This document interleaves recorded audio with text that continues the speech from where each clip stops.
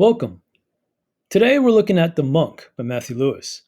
Do you like Gothic literature? Do you enjoy a good horror novel? If so, you owe Matthew Lewis some thanks. So, let's check out The Monk.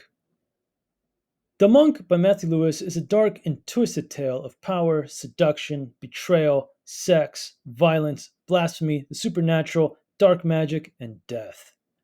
It is the novel that put the Gothic on the map. Horace Walpole introduced us to the tradition of the Gothic novel with the Castle of Otranto.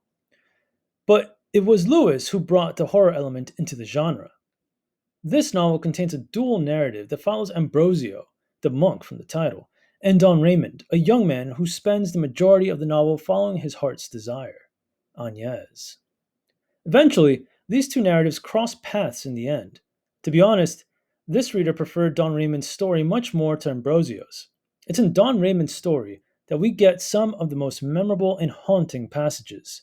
Truly, a wonderful adventure filled with all the trappings of a Gothic romance, especially the scenes involving the bleeding nun, a ghost that haunts Don Raymond. That's not to say that Ambrosio's story isn't good. On the contrary, it's a great one too. It's in this story that we meet the demonic Matilda.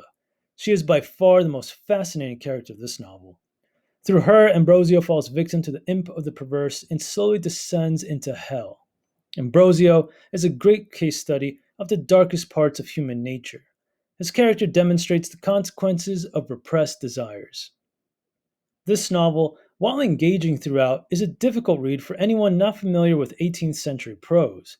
Lewis's writing can come across as verbose and at times odd in word choice, especially during the more sensual scenes. But this is to be expected from an 18th century novel.